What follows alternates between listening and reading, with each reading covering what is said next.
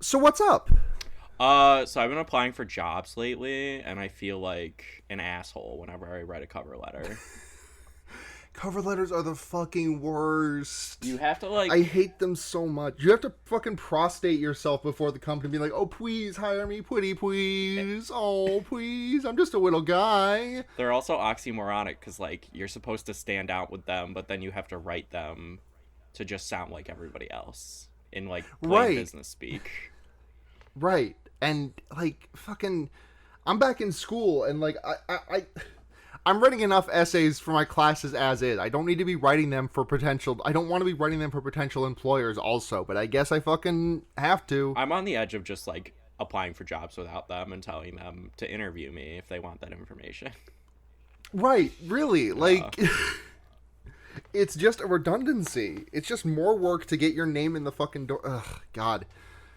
Cover letters are the fucking worst. Yeah, Breaking new absolutely. breaking breaking new ground with this commentary. Yeah, relatable feel from me this week. Hashtag relatable, hashtag oh so lovable, hashtag fuck work. Pizza Man said fuck work.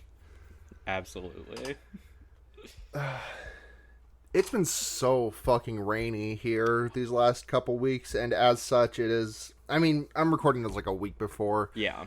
We're recording this like a week before it comes out, so maybe it'll have been just like nothing but sun since then. But it has been like, I like the rain, but also like today has been sunny, and as such, it's like really wet in the air. Yeah. The river behind my house is like almost in my backyard. Yeah, Yeah. that's not good. Yeah. You really don't want that. That's that's one of the last things that you want to happen when there's a river in your Yeah. backyard. It's a really long backyard though, so it should be okay.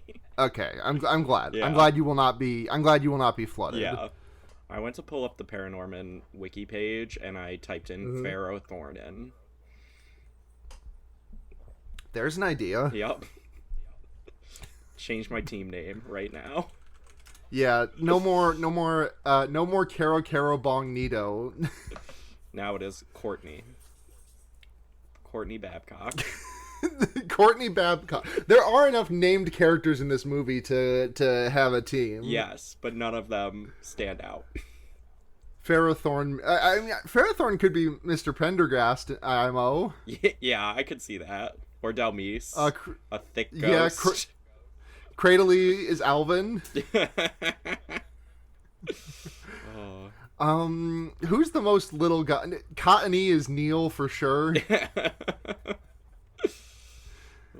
I know we're talking about the movie before we start podcast, but Oh yeah, I'm sorry. I don't know the rules. oh no, it's fine. I am just now clocking that Neil's last name is Down. His name is Neil Down. I didn't even realize that. Yeah, that's funny, Yeah, right? yeah. This movie's got a lot of jokes specifically like that. So Yeah. But speaking of this movie, we should get out of the intro and into the.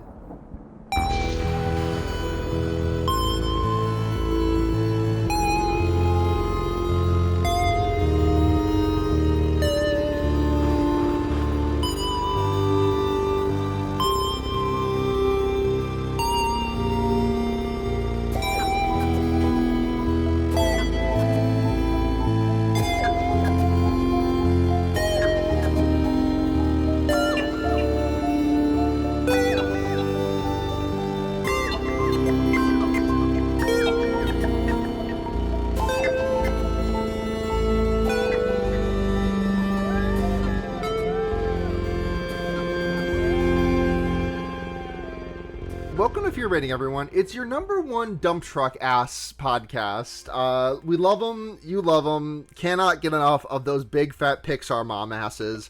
I'm Sarah, and I'm joined this week by Nick. hi, thank you for having me. Yeah, thank you for coming on. Yeah. Tell the listening audience a little bit about yourself. What's your history with horror movies? Do you have like a favorite subgenre of them? Yeah. So I'm Nick. I'm an animator. I was too much of a poopy diaper baby to watch horror movies until I was like 21 years old, 20 maybe. Mhm. And then I just sat down for a weekend and was like, I'm gonna watch all of the Scream movies, which is the exact opposite way you should get into horror movies because now Right. nothing scares me. Right, and the thing is, I had a very similar experience, which is that my first horror movie, well, not my first horror movie. Like I'd seen a couple before. Like I think I'd watched Evil Dead. I'd watched Dead Alive or Brain Dead, depending on where you saw where it was released. I can't remember which one was the American name. But the first one that I really remember like sticking with me and actually getting me into the genre was Cabin in the Woods, which is so much yeah, like I'd talking seen that about one other. too. Yeah. That is so much like talking. That is so much. That is talking so much about the genre that I was just like, wow, cool something for the entire duration of the movie the first time I saw it. Yeah. I do think it was helpful though in some ways to like familiarize myself with the genre because learning there's more to it than just like, oh, you're gonna get scared. Oh, you're gonna get spooked. Yeah, I think that's super helpful, but also like I would like to be scared now, and like the only time I get scared by horror movies are like the really bad Hulu original ones. Like I don't know what it is about those, but they get me. Yeah, sometimes things that are worse are scarier. Yes. Oh, it's an evil board game? Oh, I have board games. Oh fuck. I have Ouija. Yeah. Oh fuck, my Ouija board is broken. It does YouTube poops now only. I think I got a Ouija board on accident. I don't think I have a favorite part of the genre. I just like watch all of that shit. I guess slashers are my favorite horror movies. I've seen most classic slashers. Still haven't watched the Halloween Love a good slasher franchise. So ooh, call me out on Twitter. So you missed the one me. you missed the one direct homage to a horror movie that this movie has. I think they have like 4 homages to it too. Like I read the IMDb fun facts. I read the goofs. It's such a we'll get there, Yeah. but it's such a like the Paranorman does not seem like too much like built on any particular horror movie. Like it feels like a PG version of the genre. Yes, absolutely. But there's just so many direct homages to Halloween are just strange. I feel like one of the 2 directors, probably the dude who wrote it, what's his name? Chris Butler. I feel maybe Halloween is the only other horror movie he's seen. That could be. I'm looking at the IMDb trivia now also. Yeah, I do feel like Chris Butler like played Plants vs. Zombies and thought about his childhood, and that's how he wrote this movie. Looking further in, I'm looking deep into the There's some gold in there. Like the dad is supposed to be Bob Odenkirk, like is the character voicing him, I forget his name. Gene something. Jeff Garland? Jeff Garland. Yeah, he's like doing an homage. He's pretending to be Bob Odenkirk throughout the movie. Like that's what he was trying to do. That's in there. Which I feel like is something he said in an interview to fuck with the interviewer, because he's just himself in this movie. Uh-huh. Yeah. Jeff Garland can play one guy, and it's Jeff Garland. It's Jeff Garland. Yep. So we open this movie with another direct Halloween another direct Halloween homage. It's like this movie starts in what this is like a 4:3 aspect ratio that we're starting this movie in. Yeah, it's 4:3. And it's like because we get like the title credits. Horror movies from the 70s. They've got according to IMDb, the character in this movie is supposed to be modeled after Jamie Lee Curtis. Except here's the thing: Jamie Lee Curtis not thick. Jamie Lee Curtis did not have a dumper of remotely that size, and the thing is that every single female character in this movie has a huge ass. The only 2 exceptions being Salma and Aggie, because they're 12. Children, but anybody above the age of like 16, if they are a woman, has the fattest ass you have ever seen. Yep. It is so fun. A thing that like really irked me about this opening scene is that like it feels very like it doesn't feel like a loving send up of the 70s movies. Like, I'm thinking about like the part where like like there's the Austin Powers steamroller scene where the zombie is like slowly traipsing towards her, and she like and pauses she's just the screaming. scream. Yeah. Yeah, and she pushes a boom mic out of the way, and it just like I don't want to say like it's like a mean thing. It's not like mean or anything. It just feels like there's not like. I think the goal of this scene more than anything is to like disarm the children watching it. To be like, yeah, this movie's gonna be scary, but the brain is making like a squeaky toy noise. Yeah. So like it's not that scary. Don't worry, guys. I also like the part where the zombie busts through the door by like putting both their arms through it and then also both their legs. Yeah, that was very good. There's a lot of good slapstick in this movie, but it doesn't like stick around long enough, I feel like, or happen often enough to like stick with it. There's one really great slapstick scene later in this movie though that yeah when we'll get to we'll get to it. We pan out to we pull out from the movie that's being watched on this television, and we meet our protagonist Norman Babcock, who's talking to his Gam, who we find out like 5 minutes later is dead as hell and has been for a while. And Norman is like, hey, Norman's talking to his parents like, hey, can you turn up the temperature? Gam's feet are cold. And they're like, stop fucking saying you can talk to dead people. You are. This is the scene. You where suck. You are ugly. You're gonna give me $400. This is the scene where his dad calls him limp-wristed, right? Yes. Yeah. Fuck that. He referred like as Norman's like well.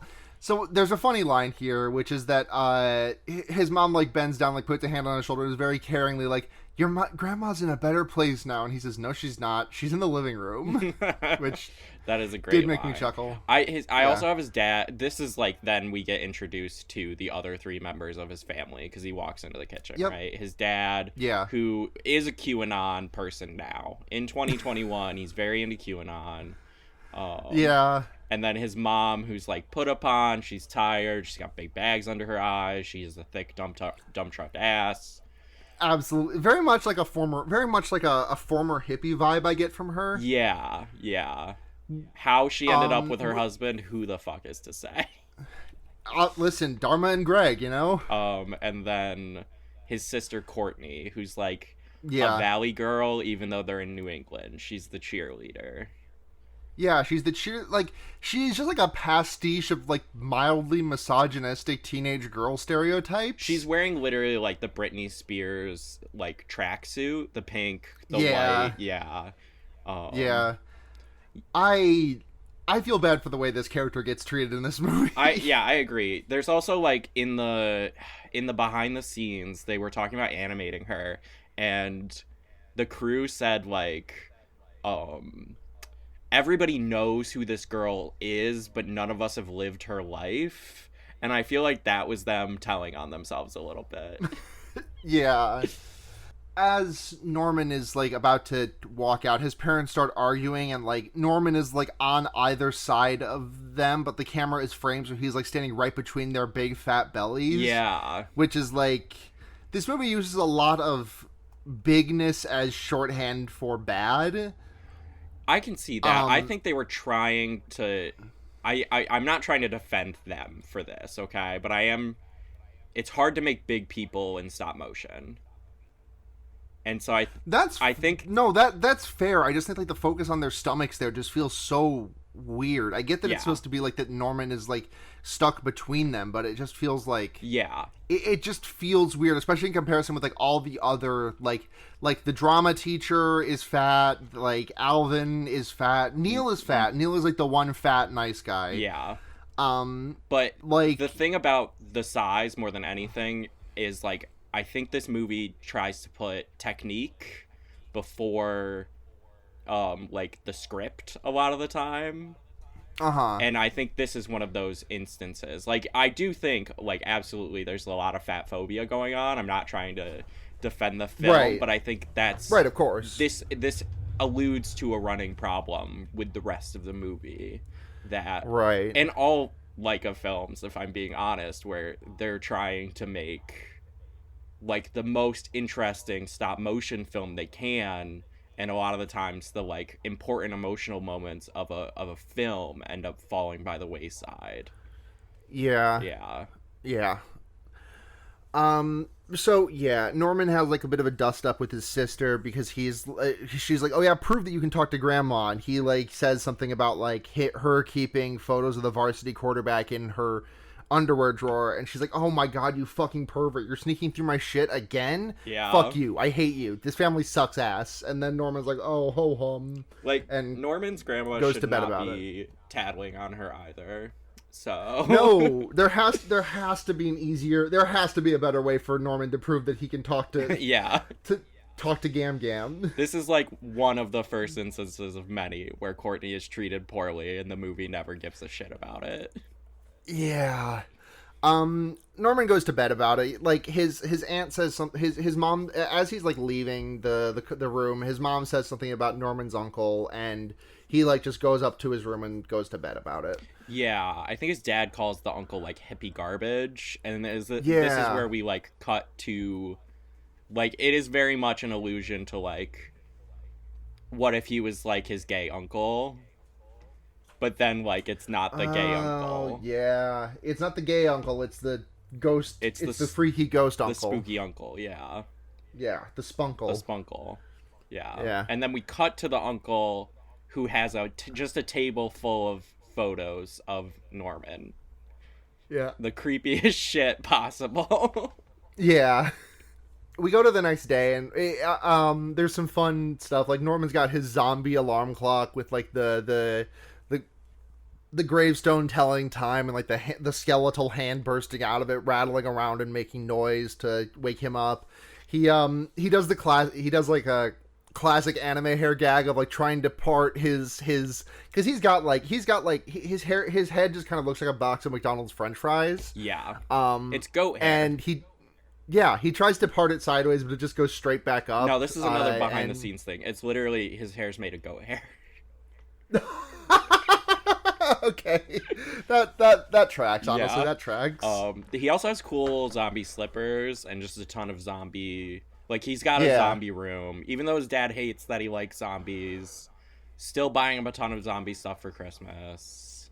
Yeah. Yeah. He's got a big allowance. Yeah. He leaves for work, and this is when we see that this is the first time that we see that Norman's sister is also just with a huge fucking ass. Like, oh, is there not an ass reveal for her before this? No, I don't. I think she's only shown from like waist up in the couple of shots that she's in before like Norman goes down the stairs, and we see her fucking like getting stuck in a doorway sized ass. Wow. Like, I'm sorry to focus on this so much. It's just kind of upsetting the extent to which every single female character in this movie has just the fattest dumper you've ever seen. I think there's been like a big like acceptance of the Pixar mom ass in pop culture right now. It's having its moment. Every woman doing like thirst traps on TikTok, they want the dump truck ass from Pixar. Right, of course. Everybody needs to watch this movie for the dump truck asses, is what I'm saying. Yeah, you have to... You gotta get in here to enjoy the dump trucks. Yeah, move over, Elastigirl. Oh, God. The horny New Yorker review of Paranorman would have killed us all. They never finished it. They're just still thinking about the asses. Yeah, they saw the lady cop show up later, and just like with her huge ass spilling off of her police bike. Yeah. And they just like they've been in a coma ever since. Her police moped. Yeah, her cop moped. Yeah. So next we see Norman like walking through town, and this is like my favorite scene in the movie because he is like, we see him like walking down the street and like talking to what seems to be nobody. There's like 3 or 4 instances of this, then the camera does a quick 360, and then we see all of the ghosts that are around him. And I think this movie is great to look at. I love 99% of the design choices in this movie. I wish that the ghosts did not have like fart cloud around them at all. Like, I don't mind like the SpongeBob Flying Dutchman ass green ghost or anything, Yeah. but like the smell looking aura that all of them have around them is just like it looks like they smell like farts. It's that thick, like, yellow undertone, the green Yeah. to it. I like it, personally. I think a ghost would smell like farts 50% of the time. That's what ghosts are made of. Yeah, ghosts are definitely made of fart. I don't know. I think it's, like, the color palette is very, like, Scooby-Doo, but in, like, a physical way, which I feel like maybe is reductionist, but it truly is. Like, it's not... Sure. It's not a horror movie, or it's not the color palette you would see in A Corpse Bride or A Nightmare Before Christmas or Frankenweenie, which I think came out after this movie. Yeah, same year I think for this and Frankenweenie. Yeah. Though Frankenweenie was black and white, wasn't it? Yeah, it was. Why am I talking about its color palette? Well, it's got a color palette of two: black, white, and gray. If you think about it, that's just black and white. Fusion is a cheap technique used by weak colors to appear strong. Steven's Universe. We also see like that this town is like basically Salem. Yeah. It was based on Salem, and there's one other like witch city they based it off of. Right, but I cannot remember it. I have it written down somewhere, but will I find it? Who knows? We'll find it. Yeah. So Norman gets to school after saying hi to all the ghosts. And again, it's like my favorite scene because like all of the like it's just like it's so charming and like all of the ghosts just like Concord. I just like it. It's good, and it is not really. This movie kind of drops Norman's ability to talk to ghosts for a while, in a way that I don't love. Yeah, like not right now. There. Like, yeah, it's not right now. Like there is more ghost talking, but like it feels like they kind of don't use it after a certain while. Yeah, exactly. Yeah, Concord, the other town it's based off of. Yes. Yeah, and they also like I guess took a tour of a lot of New England and just like looked for the shittiest parts because they wanted the town to also look like kind of gross and like run down. And I think that's cool. I love like a gross. It's a good design.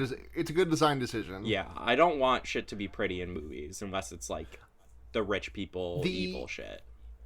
Yeah, the extent to which this movie is based on Salem and Concord makes it kind of fucking unreal. The conclusion that the plot of this movie has. Yeah, but we'll get to there. I have so many complicated feelings about this movie. Yeah. Okay. So he gets to school and before we get to that, I did love when he's just petting the ghost of the raccoon and we can't see the raccoon, but we see the roadkill, and the old people are just so pissed. Yeah, they're like, what the fuck? And we see like there's a restaurant in town called Witchy Wieners. Right, and later on, that sign, the W in that sign blinks out because there's a big when the zombie apocalypse happens, the W in that sign blinks out, and it just says "Itchy Wieners." And I think this is also the first time we see the sassy black cop woman. Oh yeah, I forgot she was in this scene. Yeah, very quickly. I think her and Robin from Teen Titans, her sidekick. This is just like a way worse version of the cops in Gravity Falls. Yes, absolutely. Yes. Though neither of those cops have a huge fat ass, if I remember correctly. I mean, we never saw them with their pants down. Yeah. But yeah, we get like this is when we learn like the fucking everyone in the town just hates Norman. They hate anyone that's different. Are we gonna do anything with that in the movie? We're gonna try to, but who's to say if we'll pull it off? Yeah. So yeah, he gets to school and everyone's being everyone's not paying attention to him. They're not looking at him. They walk away from him. He gets to his locker, and "freak" is written on it. And he just like, I love the way he just like routine, like as if it's part of his routine. He just like pulls the bottle of spray cleaner and the rag out of his locker and starts wiping it down. Yeah, this is like a major indicator of like the theme and like characterization of Norman as like this passive agent in his own life where people treat him like shit constantly, and he's just like, there's nothing I can do but clean it off. Yeah, just. And I think that I like about this is that he, like, later on, the next time we see his locker, you can see, like, remnants of the Sharpie that he couldn't get all the way off, which I think is just a nice little touch. Yeah, and they also cut to Neil for the first time here, and he has... Yep. What's written on his locker? He can't clean it off. Something about his... It's like lard ass or something. Yeah, I think it says lard ass. I don't think it actually says ass, but like fatso or something like that. Like something about his weight is written on his locker. And he is not prepared to clean it off. He's rubbing it with like his sleeve and just smearing the bottom of it. And this is when we meet Alvin and his flunkies, who don't show up at all for the rest of the movie, which they're is in the background, weird. Right, of when he's dancing. Are they there? I went and rewatched that scene last night. Let me pull up the. I thought they were. There's two girls that are unimpressed with him. Right. Yeah. Let me see. While you're looking that up, I do think there's. Oh no, they're in the background. They are in the background of the fix up look sharp. Yeah. Scene. But there's no world where the kids graffitiing the lockers are getting away with it. Not because the teachers give a shit about Norman or Neil being bullied, but they do give a shit about the property value of the school. Yeah, absolutely. So many movies use like graffiti on the locker as shorthand, and I think it's like a little pet peeve of mine. Like there's no world where kids are getting away with that. Write the fucking scene where they get bullied instead of just putting it on their locker. Yeah, for sure. Then he goes to he has to go do some cringe acting in his fail school play. In his play rehearsal, where we learn a little bit about we get some anachronistic history about the town, which is just do you remember the exact details of what he's told happened in this town forever ago? So the witch was tried for witchcraft, and then when she was hung as revenge, she the 7 members of the court that tried her, she raised them from the dead as zombies. I wrote, this may be important later. That's what the play they're doing is about. We also meet the really like overly dramatic thespian drama teacher, who is another fatphobic portrayal. And she's voiced by the sidekick woman from The Marvelous Mrs. Maisel. Huh. Yeah, I don't know what else. She's in like a ton of like little things, but like she's a good like bit actress, and I feel like she's used in a way that like she's doing a good job at, but is not like what I would want from her, you know? Yeah, there is a funny throwaway line that made me absolutely fucking lose it from her, which is like, this is just gonna be exactly like the Kabuki debacle of '09, which is just like the most racist school play you could possibly imagine. But so he gets through. He doesn't have. Does he have a vision in this scene or not? Is that not until the next? No, he does start to. Her name is Alexandria Borstein. She's Lois Griffin.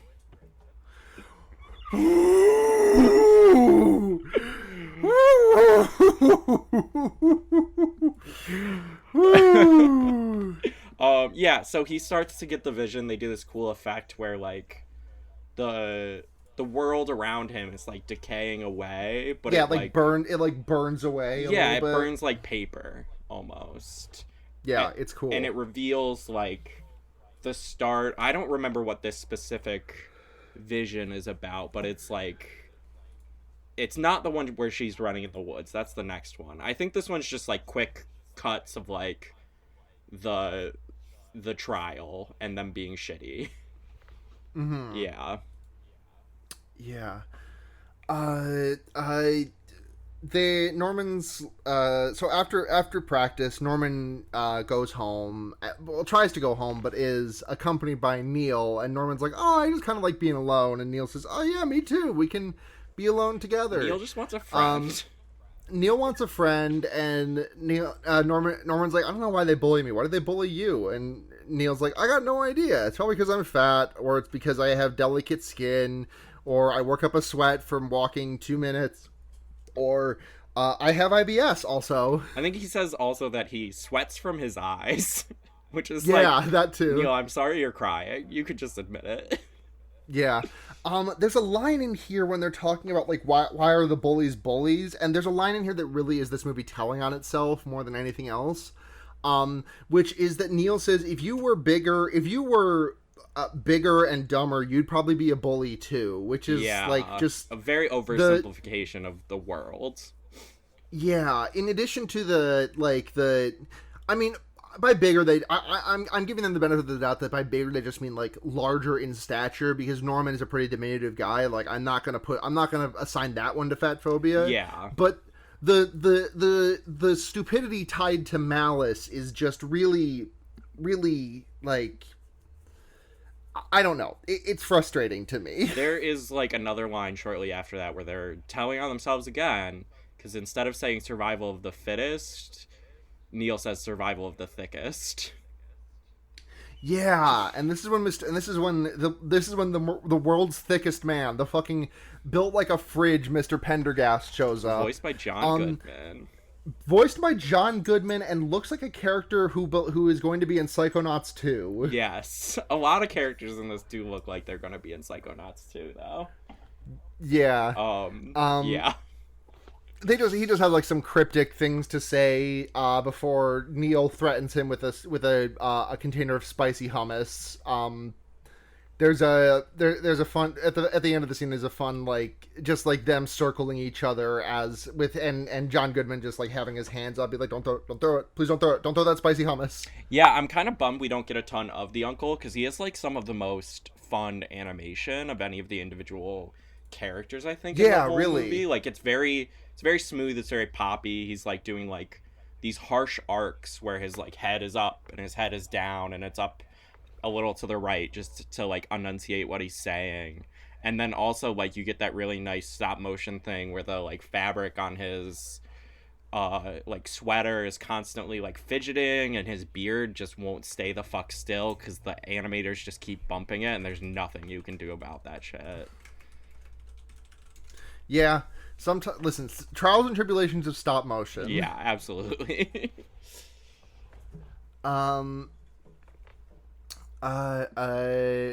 This is when Neil talks about his Neil is like, wait, you can talk to ghosts? Can you come talk to my dead dog? He got ran over by an animal rescue van. It was both what's the word he uses? Like, tragic, and what is the other thing he describes it as? I don't know. I missed this line. That's so fucking funny. It is. It's really funny. Yoshikage Kira style death. Yeah. So they go to Neil's house. We meet Mitch. Who's like a surfer Dorito. He's like a buff boy. He's like a big buff jock boy. And his thing is that he's not very smart, but he is very muscular. Yeah. I guess now that we've met all the three major players that occupy this space, this movie's comedy is... There are parts of it that I think are genuinely really funny, but I think that a lot of this movie hurts from the fact that Neil, Alvin, and Mitch are all pulling from the same pool of jokes about being dumb. Yeah. Yeah, I agree. There's some shades of Alvin as a different kind of, as like a funnier kind of bully. Like when he the first time he shows up on screen, he says some shitty zinger, and like as his cronies laugh, Alvin's like, that's so Alvin. Yeah. And then later on, like, we see him like just fucking breakdancing to Dizzy Rascal Fix Up Look Sharp, and I it's a very funny scene. Yeah. And it just kind of like he just kind of has to devolve into like Mo from Calvin and Hobbes, and then Mitch is dumb and strong, and then like Courtney's Neil also eventually dumb too. Like she's like yeah like Neil and Courtney I think both have moments where they're smart, more so than Mitch and Alvin do, but they're both like all the four of the five other people like that Norman forms his Scooby-Doo gang with, like right they're all dumb. And right like and I think that's kind of intentional on the filmmaker's part, because I think they were trying to like do like misunderstanding as a theme, and it's like I don't think it ends up being pulled off in the end. no it doesn't But it ends up creating like a style of joke for the whole film that like instead of getting that Coraline or Corpse Bride like dread throughout the whole movie that's like underlying, it really cuts it out, because they're doing this like dry like constant misunderstanding joke, you know? yeah, there's a couple of good ones where it's like where like when Courtney and Mitch interact with each other, and Courtney's whole character at that point turns into, oh, I'm so horny for this big buff boy. Yes. She's like, oh my god, your deltoids are huge, and his response is, I've never taken deltoids in my life. You can test me. Which is like there's a lot of great individual jokes, but I think like the movie suffers for them in a way that you Right. only I really think feel the second time you watch it, I think. like I don't need Mitch or Neil or Alvin to be like huge brain smart guys, No, but like just let them be I- a person for a little bit. I need them to not be like again sharing the same pool of jokes. Like I don't need Neil to like dive into a pile and 5 minutes later pop out and be like, oh yep, finally finished reading this one, 21 whole pages, did it all, baby. Yeah. And it's like a fucking It was like picture book. It was like a manual to something. Yeah. It's just it doesn't seem to fit very well. Yeah, he needed Selma to come. Like, there's a scene later where they call Selma, the smart girl from class, for information. And I bet there was a version of this movie where she's, like, in the crew. She should have been. But they couldn't find, like, a smooth way to get her to join them. And so they probably cut it for, like, pacing's sake and stuff like that. Right. Yeah. Yeah. Like she does feel like she was supposed to be like the third. She does feel like she was supposed to be like the third person. Like it was supposed to be. It was supposed to be Norman, Neil, and Selma, and then also we add Courtney and Mitch and Alvin into the mix. Yeah. But it does. It did really feel like that to me. Yeah. But so we've gone off on that tangent for long enough.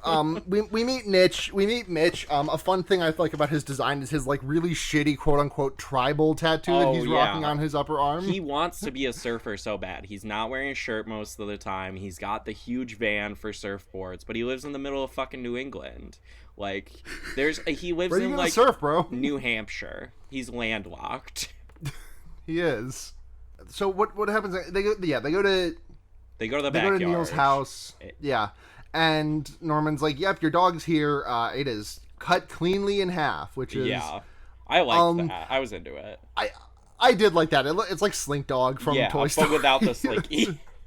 Yeah, but with no connective tissue. Yup. I did think I did like obviously they're not going to show me like the mangled corpse of an animal, but I did think it was fun how the dog was like run over by a car and was just split cleanly in twain as though it was dropped onto a saw blade. Yes, exactly. And they try like Neil immediately is like, "Oh, I'm gonna play with my fucking dog." Yeah, I'm gonna pet it, and then Norman's like, "Oh, that's not its head. That's not its chin. You're kissing." Yeah, and then they play fetch after Neil kisses the dog's ass. Yep, after Neil eats the dog's butthole. And there's like a really long but nice like exchange between Norman and Neil where Neil is positive peer pressuring Norman into throwing the stick. Yeah. Like, hey, be Norman's my friend. Norman Norman like literally tries to be like, "Oh, I don't know how. I'm sorry." And Neil like completely with the innocence of like an angel just born is like, well, you just take the stick and you put in your hand and you throw it. It's pretty simple. Yeah, I think this dialogue sequence went on just like a hair too long, but I feel like that's like a CinemaSins like nitpick at that point.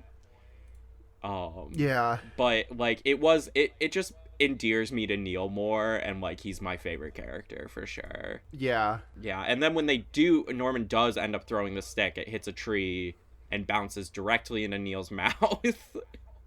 And I did laugh when Neil sits up and goes, "I fetched it." Yeah, that is a fun little joke. Yeah. We cut away to Mr. Pendergast in his fucking murder cabin. Yes. And he the last thing he says before dying for the first time is like to make fun of Neil for being fat, and then he just he falls over dead as a result, and we see his spirit like start to come out of his body and then get sucked back in, only for him to die again like 3 seconds later. And then he says "aw nuts," which is just like, it's such a non-line. Like, they put that in there to put a joke in later, and then they forgot to. Yeah, I do like "aw nuts." It's fun. Then we cut to the play. Yes, The crowd we're at is... the third. Sorry. We're at the sorry, no problem. We're at the 300th anniversary play, and Alvin is really leaning into his role as one of the villagers who is gonna stab the witch with his pitchfork. Yeah, and they cut to the crowd of everyone with their cameras like filming, and Perry, which is Norman's dad. I don't know if we said his name yet, but yeah, I don't think we did. His like battery's dead, and he's like, "How will I ever remember this?" And literally everyone else in the like theater has a camera. It's a little bit I'm so on my damn phone, but also I like the framing of it with the Yeah, and the kids are with everyone else. The kids are singing a song. They're singing like "Season of the Witch," right?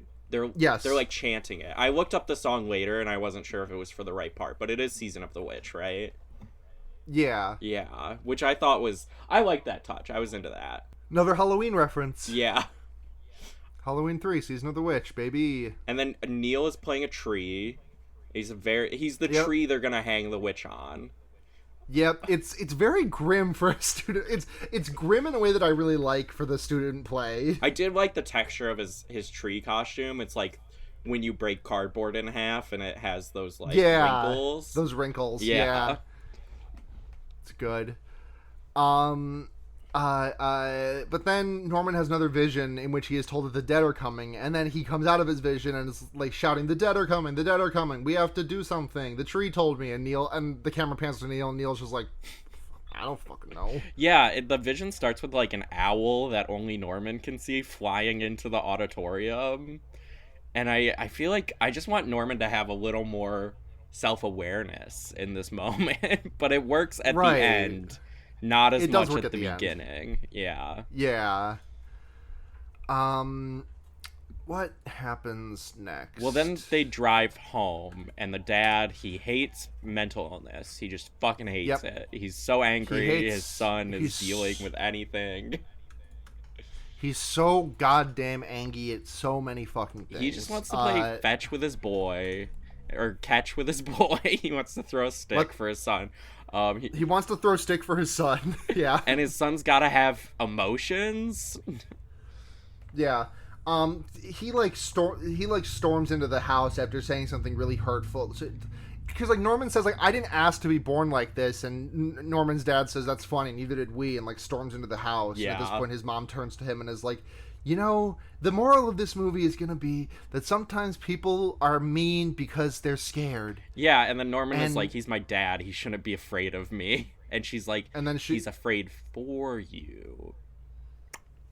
There it is. Which is incongruous with the rest of this movie's messaging, because there is no way. There obviously, like, when we find out later that the witch that was murdered was just a little girl who had powers like Norman. Yeah. And the guys who hung her were just a bunch of scared old men. Yeah. They were not scared for her. No, absolutely not. No. Yeah, and then from there we just cut back to like the next day at the school, right? Yeah, yeah. And there's like a scene of Norman walking through to the bathroom, and there's a bunch of kids like saying mean shit about him, and I think it's really funny that one of the insults they use is abnorman. Yeah, he's shredded. They just like abnormal. I get it, but say the name of the movie there. Like, do it. Come on. Yeah, come on. Say the fucking name. Give me that. Say Paranorman. Yeah, it's right there. So yeah, he goes into the bathroom, and Alvin is in the next stall over, writing his name on the wall, and he spells it wrong 3 times. I like to think funny. other people are spelling it wrong, and he's correcting it. Well, even if he is correcting it, like, he is spelling it on the iteration that he is writing, he is again spelling it wrong. Every day, Alvin tries to write his name for the first time. Every day I wake up with glass brain and paper hands, and I try to write my name, but I just can't because my glass brain shatters every day. Yeah. And this is when his, like, uncle shows up and scares the shit out of him. And all Alvin thinks is happening is Norman's taking the world's biggest dump. The world's fattest, hugest dump. Like, you think maybe Alvin's gonna pick on him in this moment? No, Alvin is scared of the power of his shit.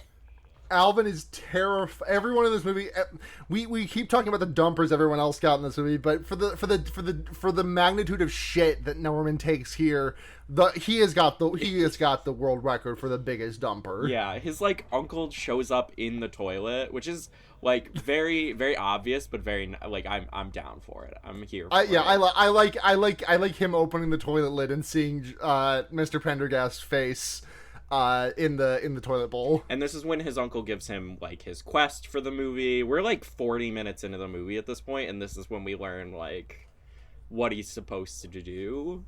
I don't think this is that late in the movie, honestly. I feel like this is like the 30-minute mark. This is happening. It felt like 40 minutes into the movie. I was not keeping track.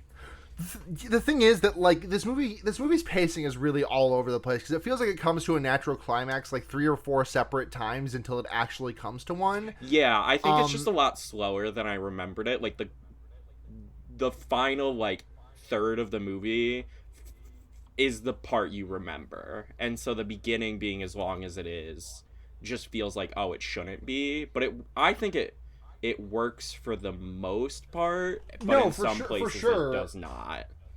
Yeah, I just like I think the fact that it feels like it reaches a natural climax like 20 minutes after this scene does make it feel like the scene is later in the movie. Yeah, in my personal onion. Yeah. But his uncle tells him like that he has to hold back the witch's curse.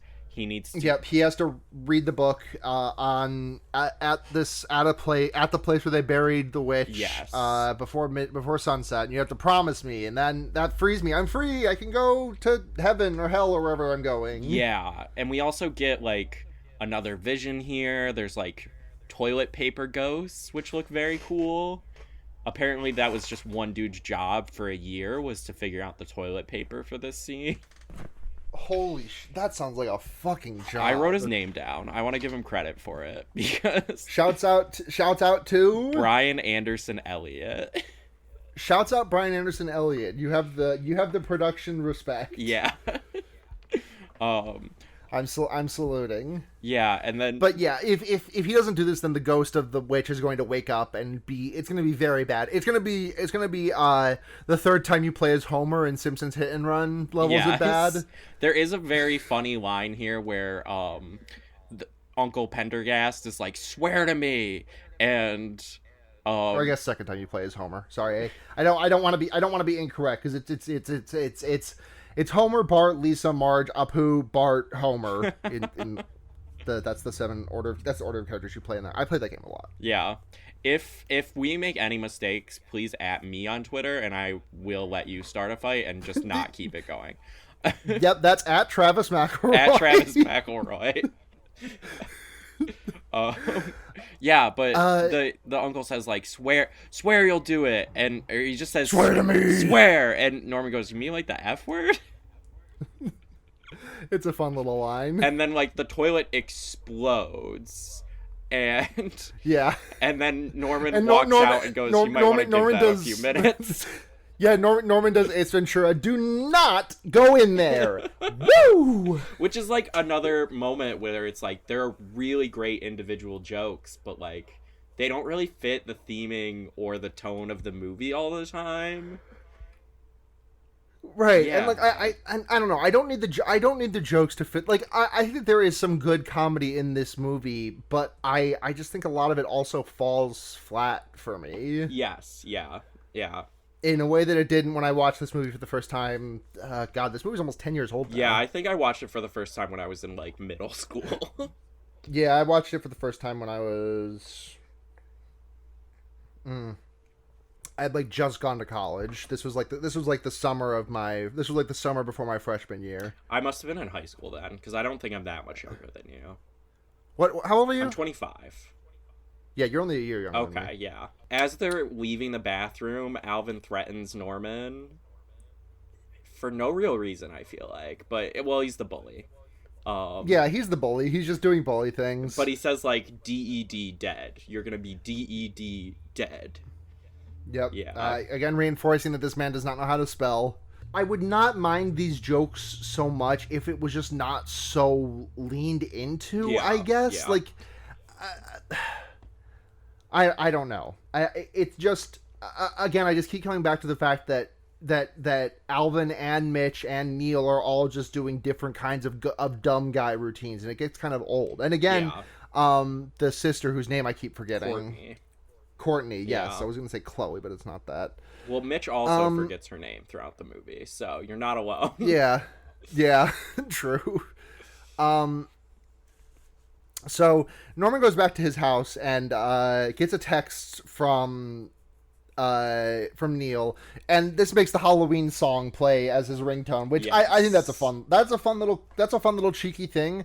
But then Norman looks out his window and sees Neil like standing out there in the sheets like the one famous shot from Halloween that we all know. Yeah, I'm And big Halloween it just watcher feels- here. I've definitely seen it. Like listen, I love Halloween. I don't want to sound like I'm complaining about Halloween references. Yeah. It just feels really weird for them to be doing that direct a reference. In like the rest of the movie does not, as far as I know at least, directly reference any other horror movies in the way that it directly references Halloween. Like, there is definitely, like, some, like, touches of, like, I don't know, like, John Romero kind of stuff. Yeah, but, they like, were really trying to do, like, copy the Romero zombie movement in the animation. They talked about that a few times in, like, the featurettes, the behind the scenes. And there's one other reference that comes up later to another horror movie, but other than that, yeah, it's just Halloween. Which, like, it feels weird because this movie does not really feel like... I don't get what the connection this movie has to Halloween other than it is a horror movie. I think this was And a really good concept art moment. Like, someone drew Neil with a Halloween mask on, and then they put it in the movie. And I don't know. I'm not mad about it. Like... I'm not, like, upset about it. I just think it feels really weird. Yeah, no, that's fair. I think, like, having not seen Halloween, it's almost easier for me to take in. Right. No. Like, yeah, you're not aware of, like, exactly how, like, shot for shot that is. Yes. Of Halloween. You should watch Halloween. It's on my watch list on Letterboxd. I'll probably be streaming it. If you don't watch it on your own before October, I will probably be streaming it at some point during the month of October. Perfect. He gets a text from Neil, and Neil's like, "Hey, you want to play hockey?" Because he's wearing the hockey he's wearing mask. he's wearing the Jason hockey mask. Yeah, so I guess that's the other direct homage they're doing. Which that one is in the same vein as the Halloween ringtone for me. Yeah, he's wearing the Jason mask, which is like Friday the 13th Part 3. We get the mask for the first time. This is my horror movie knowledge. This is what I've got. I've actually only ever seen the first Friday the 13th. No, I've seen a couple of other Friday. I've seen Jason Lives. I've seen Jason Go Hell. I've seen Jason Take Manhattan. Yeah, didn't you do Jason Takes Manhattan for this podcast? Yeah, every Friday the 13th I've seen has been for this podcast. Okay. If I'm not mistaken. Yeah, that makes sense. Gonna have to do another one this Schlocktober, I'm sure.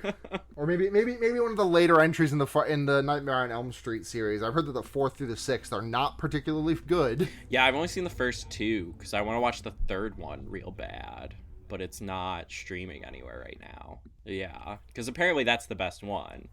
Friday the 13th 3? That's what I've heard. Nightmare 3? Yeah. Dream Warriors is good, but like the original is just great. Yeah. Like the first, like I think the first 3 are like genuinely good movies, but like it really is just like a 1, 2, 3 situation for me, where like 1 is the best, 2 is great, and 3 is like just slightly behind 2. All right. I'll keep that in mind. I've seen the first 2. I think I liked the second slightly more than the first, even though it was like obviously not as good of a movie. I do like the second a lot. Yeah, we have a very long episode on that one on this podcast at some point. I don't remember who I did. I don't remember who you did it with either, but I did listen to it. It was a good one, IMO.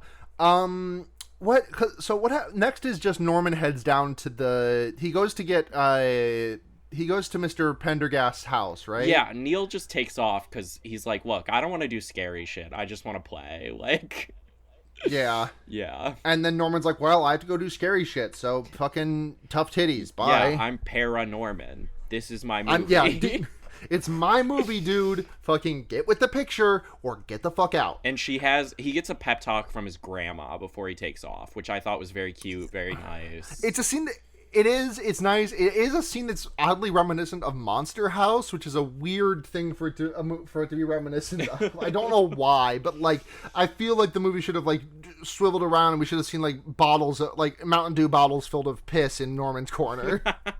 We do see like Norman is afraid of his room and all the zombie shit in it, which I think may have been more impactful if he was seeing things that were not a ton of zombies, like as zombies, but he just has a zombie room, so yeah, he's got Zombo room.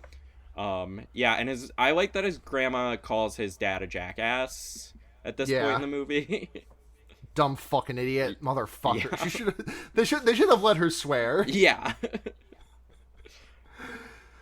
This was her last. This was Elaine Stritch's last movie before she died, so they should have let her say fuck. Yeah, she should have gotten the one fuck. Yeah. Really? Yeah, and then he goes to the uncle's house, and he's attacked by moths. Well, on the way there, we get Alvin breakdancing to fix up Look Sharp, which is again just a throwaway scene that I would love so much more if they leaned into in any like. It should have been longer. It should have been 10 minutes. It should have been longer, or it should have been like a thing about him, I guess. Like, yeah. I don't know. Like, I want him to make like esoteric b-boy references. He's or something. Like trying to impress these 2 girls in that scene, and they look so unenthused, unimpressed. Yeah, he's got a funny line about it later because like Norman rides past him with his bike and makes him do the classic cartoon spin around. Yeah. And he's like, you made those girls who were starting to think about showing interest in me that you made them leave. He's like self-aware enough that like he knows he's not impressive, but if he just keeps doing his thing, maybe it'll work. Yep. Yeah. And then we're in Pendergast's house. Yes, he gets the book from Pendergast's corpse, which is holding onto the book pretty damn tight. Yeah, but he eventually gets it. But Alvin, really great slapstick scene. I feel like. Yeah, yeah, it's good. I like it a lot. Yeah, there's also another book in his house that's just in the background that's just titled "You're Not Creepy," which I liked. I missed that. That's good. And then like. The last bit of the slapstick is the body manages to fall on top of Norman, tongue rolls out, and he's just licked by the dead body, which is so funny. I hate when this happens to me. I despise when this happens to me. I'm sure half of all people watching it think it's absolutely disgusting to watch. I love this bit so much. Yeah. Yeah, but he gets out of Pendergast's house and heads to the woods where he thinks that the witch was hung. I think this is actually where the breakdancing scene is. No. According to my notes, it happens on the way from Norman's house to Pendergast's. Because Alvin does follow him to this grave. Yeah, and it's like, hey, this is when he says the line about the girls about to consider showing interest in me. Yeah, and Alvin's voiced by I'm McLovin, who just had like it's so high pitched all the time. Very good. He's doing great. Yeah. Like, I know Christopher Mintz-Plasse from his role in Kick-Ass because I've never actually seen Superbad. Yeah, he's great in Kick-Ass. A movie. Yeah. Problematic. Probably. Haven't gone back to it. Yeah, and the zombies start rising from the graves. Yeah, because here. Albin steals the book from Norman and stops him from reading it. Yes. So the zombos show up and it's turbo fucked. It's also revealed here that the book is like a fairy tale. Like it's like, you're almost led to believe it's the wrong book. Right. Well, Yeah. it is the wrong book, isn't it? No, it ends up being the right book. Because it's supposed to be a bedtime story for Aggie. Right. Okay. But you think you right. like the next 20 or so minutes of the movie thinking it's the wrong book until like I think Norman says literally, "Oh, it's a bedtime story." Yeah. Yeah. And this part like feels like it should be launching us into the third act of the movie, but also the second act of I don't know. The act structure of this movie is really strange. I think this scene actually works because it is supposed to feel like the climax because Norman fucks up. Well, things get fucked up. Like, don't go the way they're planned. So, like, you're supposed to think, like, oh, this is when it's the false success. So you almost have to make it feel like the climax. But then when you get a repeat view of moments like that, they kind of stick out and feel a little weird. Yeah, that's fair. Yeah. I think the one that's more egregious to me is the one when he's climbing the clock tower. Yeah. Like, that feels like a big climactic finale to the movie. And then there's like 25 minutes after that. Yeah, I almost feel like they could have combined the clock tower with the actual climax in a way that would be more effective. But I'm glad they didn't, because like I like him going back into the woods at the end. But yeah, so the zombies rise up. We see like the judge's name. He's the only zombie that gets like a name. Judge. His name is Judge. Well, it's like Judge Hooper or Hopper or some shit like Hopkins. that. Judge Hopkins. Yeah.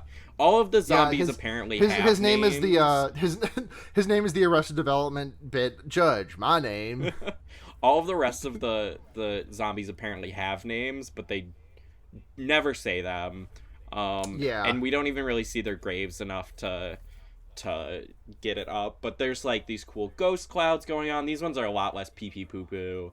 And we see the scary hands motif again. Like every vision has had like trees with hands, zombies with hands. Like they wrote on a whiteboard scary things, and the first thing was hands rising up, and they put that in the movie as often as they could.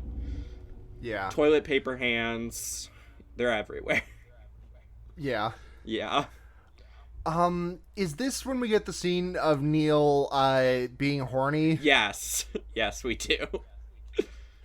There's a lot of horniness like, in this movie. There is. Like, Neil is, like, freeze-framing his mom's aerobic VHS tapes and is, like, called out for it by Mitch. This is one of the IMDb goofs because it's a DVD and it has the VHS lines. But yeah, Neil just straight up has the aerobic woman's ass, like, taking up almost the entire frame. Again, yeah, I mean, in this universe, when every single adult woman has an ass the size of Europe, like, it's hard to not take up the whole of the screen when she is facing backwards. Every straight man has to be an ass man in this world.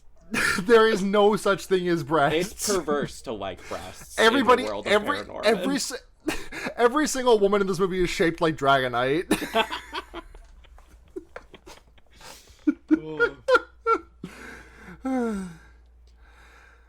Yeah, but Courtney shows up at their house to try and get Norman because she assumes he like ran away to his one friend's house, but they became friends yesterday. So yeah, it's like, when did Courtney have time to figure out when they were friends?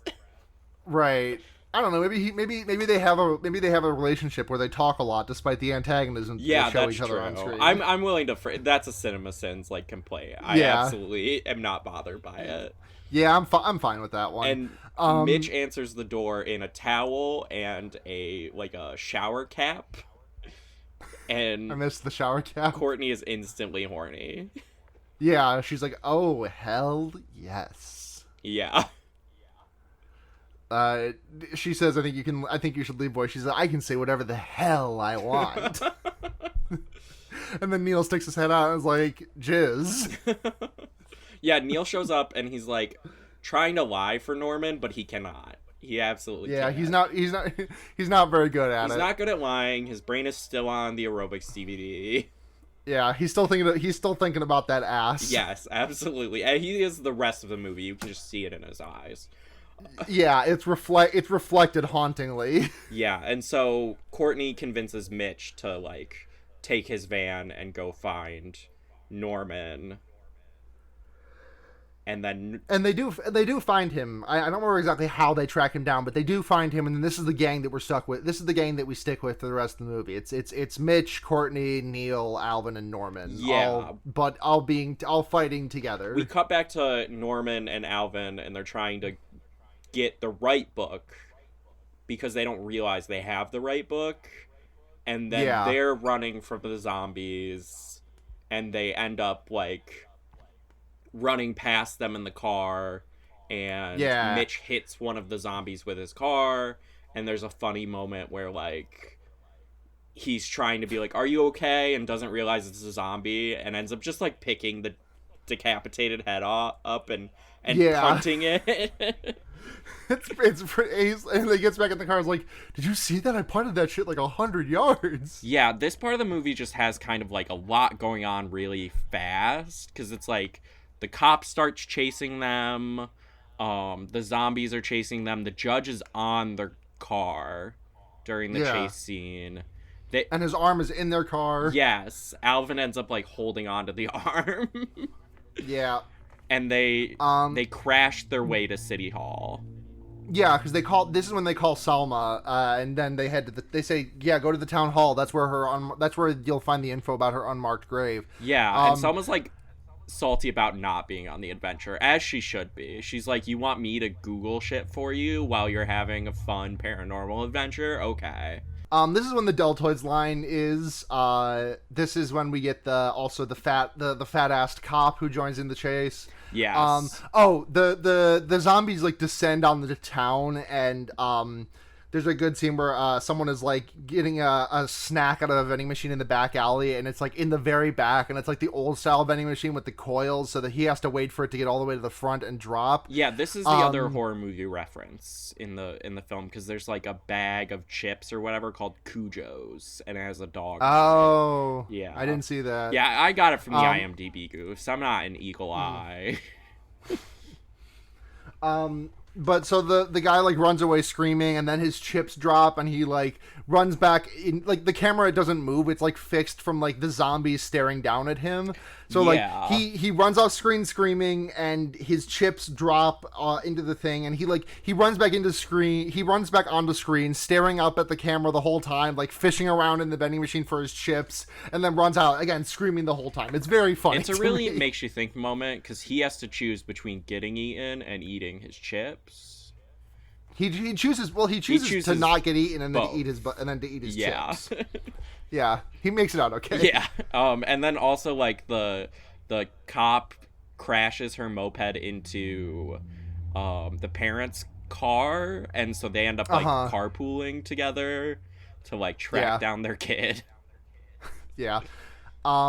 The zombies look around and they see all the violence and shit, and they're really shocked by it, because they're all fucking Puritans. Yeah, they see graffiti, gambling, titties, violence on TV. Yeah. And then the townspeople all show up and just decide to fuck them up. Yeah. Yeah. When the kids get to the town hall, they're like, "Oh yeah, we need someone to pick the lock. The building's closed." And they all look at Alvin, and he's like, "Oh yeah, I know how to pick a lock." And then he picks up a crime prevention seminar signboard and just smashes the window with it. Yeah. It's a good joke.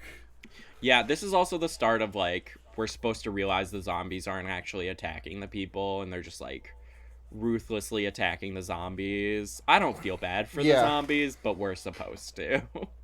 Yeah.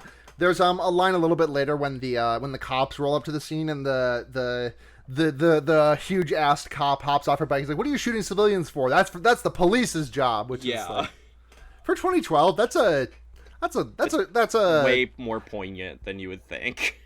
Yeah, exactly. And then they're like, "Oh no, don't worry. These are zombos. These are not human beings." The cop also calls them meddling kids while she's in the car with the parents. Yeah, which I thought was funny. Yeah. So they go into the town hall and they're looking for info.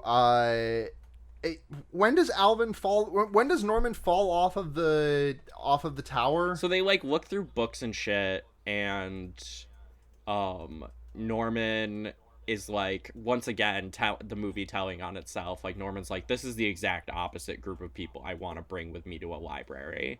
And literally everyone else is like, yeah, we fucking hate the library. Yeah, we hate books. We're dumb. Yeah, I think like Mitch is like doing like bicep curls with two of them. Yeah. Yeah. Neil is reading like it's not like a porno mag, but it's like I think it's like implied to be like some kind of suggestive reading. Yeah. And the townspeople are rioting outside, and Norman, I think at this point says like, you guys should just leave. Like, I don't need you here. And the townspeople end up attacking the other 4 kids like through the walls of the front of the town hall, thinking they're zombies. And this is when Norman climbs the clock tower, and we see like the ghost, Agatha's ghost in the clouds, but she looks like the traditional like what are like the ghost or the witch from the Wizard of Oz. That's what like the clouds look like. Yeah. And this is like another pseudo climax of the movie where Norman is like climbing the bell tower as the storm rages and is like reading the text and is like, this isn't fucking working. And he gets struck by lightning and and he has a vision, and this is when it's finally revealed to us that Agatha is not the witch from the Wizard of Oz, but she's actually a little girl, just a scared little girl. Yeah. And then he wakes up and runs into the zombies, and they're like, no, listen, we just wanted you to do the ritual. And this is where this movie really just... This is the moment where it's like, feel bad for the Puritans. Yeah. There are 2 messages to this movie that I think you can get out of it, and I think that they are trying to do both. And I think one of the messages is that holding on to grudges for extended periods of time can just cause you to hurt yourself and those around you. Yeah. Which I think is a good message, but also the message of striking back at those who oppressed you makes you just as bad as them. Yeah. Because Norman has a line where he's like, "You're just like them, Agatha. You're a bully now." Yeah. Yeah. Which is like, they want us to feel sympathy for these people who were so scared of this witch little girl, and it's like, it's also like the fact that Agatha is such a powerful witch in the afterlife is like, they're also like justifying the Puritans in this case. Like, oh yeah, they were right to hang that 11-year-old. There's a funny moment where the crowd is attacking them, and a little boy throws like a flaming teddy bear into the town hall, like a Molotov cocktail. And I liked that. I was into that. Yeah. But yeah, this is when we get the Puritans and Norman and his friends confront the townspeople and are like, why are you rioting? They didn't try to hurt you. They were just there, and they looked different. Yeah. And that, like, hits different as, like, an adult with the context of, like, what the Salem witch trials were. Yeah, I think this movie, like, really... I think the one thing that it does is that this really recontextualizes the entire, like, theme of the town in a really grim way, in a way similar to, like, current day Salem, Massachusetts is. Yeah. Like, in that it completely commodifies it, but, like, I guess like as in opposition to real world Salem, like this one is at least hiding behind a facade of, oh yeah, this was an evil witch who wanted to do things, and not like everyone kind of accepts that what happened at Salem was like a tragedy of evil that happened. Yeah, like people are not having nuanced takes about Salem at this point. Like we all know it's pretty basic. Right. Yeah. And like I said, again, it's just so weird that this movie gives us so, like, I don't think that it goes all the way to like make them out to be like fully sympathetic, but like there is still a good amount of sympathy that I feel like as the audience are supposed to feel for the people who perpetrated Aggie's execution. Yeah. Like, yeah, absolutely. Like they killed an 11-year-old. Yeah. I do not want any redemption whatsoever for these fuckers. Yeah, but the townspeople all drop like their weapons. One of them is a bowling ball. That was funny. Yeah. Yeah. But otherwise it's like, and this was the moment with like the cop being like, no, the cops should be shooting. Right. But otherwise like the scene is kind of like meh with like greater context to the real world. Like, yeah. And from there we get the scene where the family is driving to Aggie's actual grave with the judge in the car. Yeah. This scene is funny. Despite is funny. I don't want to be endeared to these. I do not want to be endeared to these guys, but this is a funny scene because Courtney and Norman are both like, "Don't fucking sit close to me. Yeah, don't touch me, you dead body. Fuck." Yeah. They also they turn on the radio and this music, like jazz plays, and I swear it's Cruel Angels. It's just a remix of it, but I'm not gonna look it up. I don't want to be corrected on this. Like, that would be pretty funny if it was. Yeah. And they go to the woods. The trees keep like all of Norman's family from going with him to confront Aggie. The mom tells her husband Perry to kick it in the knothole about one of the trees that has like caught him. Yeah. And this is when Norman confronts Aggie, and she's like, "Don't read that fucking story to me. Don't you tell me that fucking storybook. You do not know what it is like to be me, to be a bullied child who is We have nothing being in oppressed. common. No one has ever felt my feelings. Eating cereal. You will never tell me about the fact that you have powers similar to mine. You are not my nephew." You are not related to me in any... Yeah, because her name is Agatha Pendergast, which is... Yeah, it implies that, like, her family has just been keeping her asleep for all this time, which is kind of, like, very sad, you know? Yeah. Like, even her own family, and it does parallel Norman's, where, like, people have not tried to, like, understand him, but she wants to fuck around and find out and do something about it, and Norman is a passive, like... No, it's fine. I'll be an adult and live on my own someday kind of guy. Yeah. This is just a big confrontation. This is like the emotional core of this movie, and I think this is a lot of the reason that I'm really lukewarm on this movie on second viewing, because this emotional core just does not really hit for me at all. Yeah. It's like, it's a nice scene. It's just like, when you listen to the actual words Norman is saying to her, as opposed to just like watching the moment happen, the words he's saying are so lackluster, so without like resolution, and they go counter to everything that Norman just went through, where he did have to stand up for himself to even get to this point, to both the town, his bullies, and his family. And then he gets to Aggie and he's like, why would you stand up for yourself? Right. And that just kind of, that's a bummer. That sucks. Yeah. But it works. Aggie goes into the afterlife, and yeah, it's also the day this is saved. Incredibly gorgeous scene of animation. Like, yeah, it looks great. Yeah. And we get like the resolution of everything in town. Like the camera pans around to like the couple of groups of people just like showing what everyone's up to in the immediate aftermath. We get the scene that everyone clipped on Tumblr where Courtney is like, "Hey, we should go to a movie or something sometime," and Mitch is like, "Oh, my boyfriend would love it," and he calls her Kathy, which is great. Yeah, that is great, and the face that she makes when he says that is also great. And also there's like a moment here where the people that had formed the mob were all like, "Well, everyone else was doing the mob. mob. It wasn't my idea.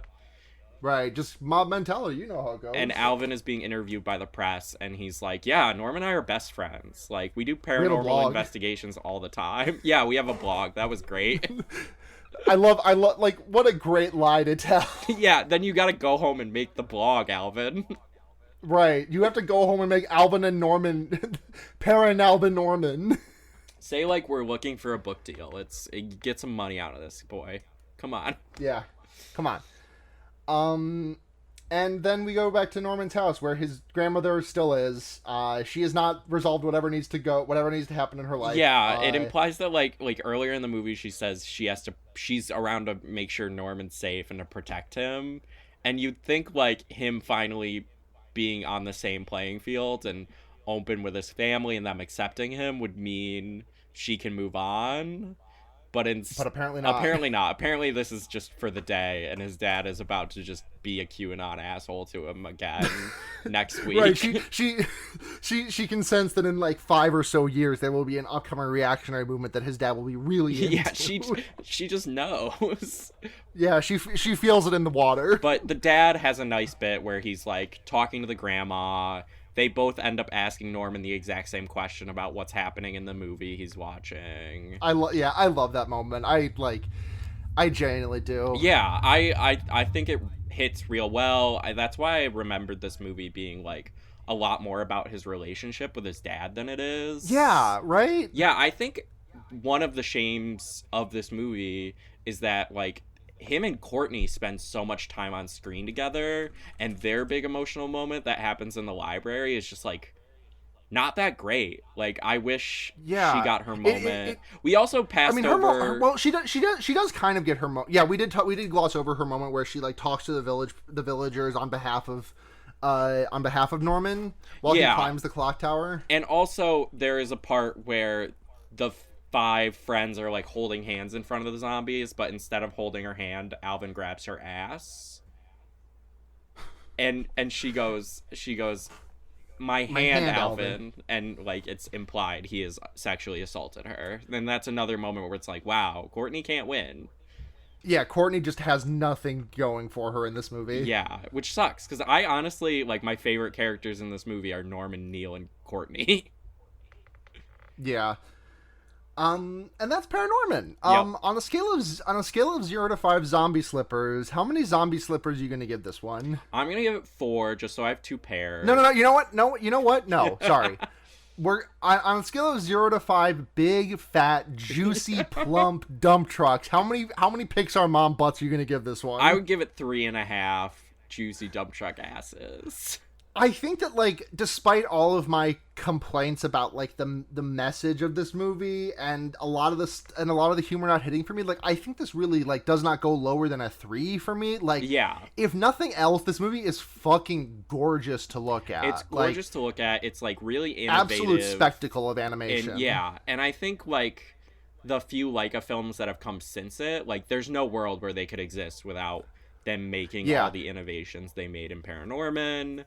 Like this movie at worst becomes like colon slash as like it just becomes like at times. And I think that like compared to like some of the active bad shit that comes in some of their later films like The Box Trolls and The Missing Link, this movie dipping into at worst is I'll take it. It's a 3 it's 3 dump trucks for me. Yeah.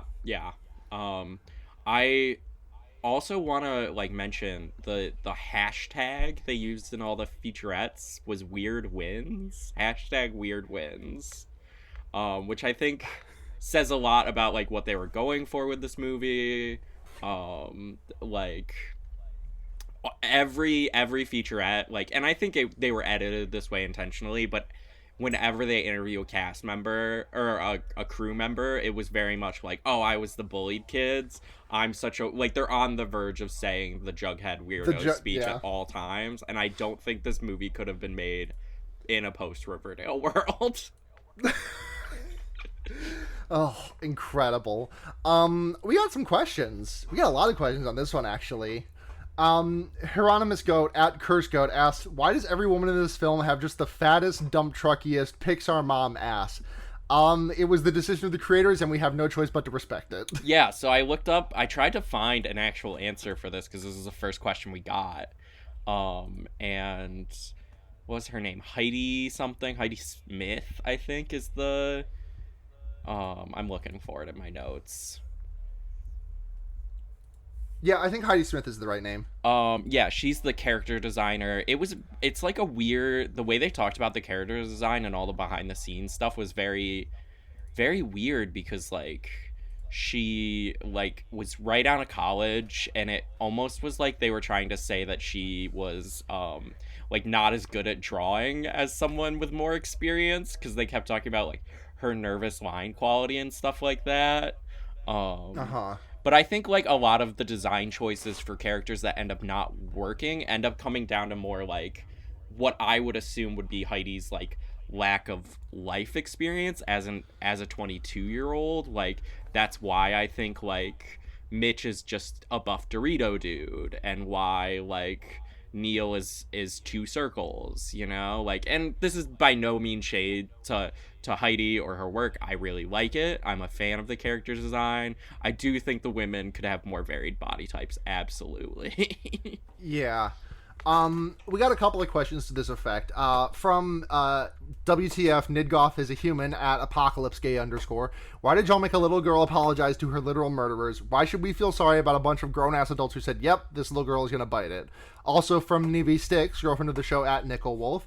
Not to advocate for punitive justice, but how many years of torment are needed for appropriate penance for the institutional murder of an innocent child? 300 does seem a little on the short side. Also, on a scale of 10 to a million, how representative were you by gay Jock? I'll address the focal point of those two questions in a second. I will say, the Jock being gay hits a lot. Like, it's not obvious. It's obviously not like representation to me. Yeah. I do think it is less like bad than it was really like talked up to be when it happened. I think there was a lot of like discourse at the time and like there was a lot, but I'm not like queer, so I'm gonna tread a little lightly in that saying that like I think the there was a lot of discourse at the time about how gay people should be allowed to exist in films without like it being called attention to that they're gay, and I think that might be what the filmmakers were trying to do. Not to hand it to them. I'm not trying to hand it to them. Yeah, but... it's a bit of a messy one, and I'm not gonna sit here and applaud them for it, but I'm also not gonna tut them about it. Like it's fine. It was better. It was less bad. I remembered it being way worse than it was. I'll say that. Yes, absolutely. But as to the other stuff, I think we addressed it. I think we addressed that stuff pretty effectively. But yeah, they really do just it just make sucks. her. It just sucks. Like I don't want to forgive these people. I wrote in my notes like Aggie goes to Christian heaven and they get sent to Christian hell. Right. It's like would it have been such an endeavor to be like they could have still even had the same motivations of like telling Norman to like read his poetry to keep her like dead ass in the ground for another 100 years, but they could have like continued to be shitheads about it. Like they could have continued to be like, we still hate her. And then I think they could have gone in a different direction, in a better direction, frankly, if they had gone for something along those lines. Yeah, I think like I see what they were going for. It just like doesn't work with any more context than the movie gives you. And even with the context the movie gives you, because we know they killed her, you know? Yeah. I think, like, the ideas were, like, they wanted the zombies to be sympathetic, and then they also wanted this other story about, like, being bullied. And then when they tried to mesh them together, there's a dissonance there that doesn't resolve itself. And I think that's really the main problem, because I think the moments where the zombies are being attacked by the townspeople and you're like, oh shit, the zombies aren't doing anything to warrant being attacked, I don't think that doesn't work. I think it works without the context of all the other scenes in the movie. Yeah. And that's the problem more than anything. Yeah. Yeah. This question for big challenges at bigger challenge. Who is your favorite ghost in this movie? I'm gonna say the greaser. No, I'm not. I was gonna say the greaser ghost. To me, it's the mobster Yeah. ghost who's like hopping around with his legs encased in concrete. Yes, the mobster's also my favorite. The hippie and The greaser is Amelia fun. Earhart are close seconds. Yeah, Yeah. they're great. How's it hanging? Oh, I've never heard that one before. Lastly, from Lucas Spoingle at Minerva's Den, Norman kind of looks like French fries. Anyway, if you were a funny dead ghost that Norman says hi to on his way to school, what comically obvious way did you die? I was a zookeeper, and the tigers got a little bit too too angry one day. I want a piano to fall on me. I want to just be. You're just like talking. You're talking to Norman with like a compressed spine. Yeah, like the ivory's dangling out of your mouth. I'm an accordion. My teeth are the piano keys. It's like a the bones 1940s. are their money, and the teeth are their piano keys. It's a 1940s. They were lifting the piano into the apartment. I was underneath it. Wrong place, wrong time. Have you seen Mary and Max?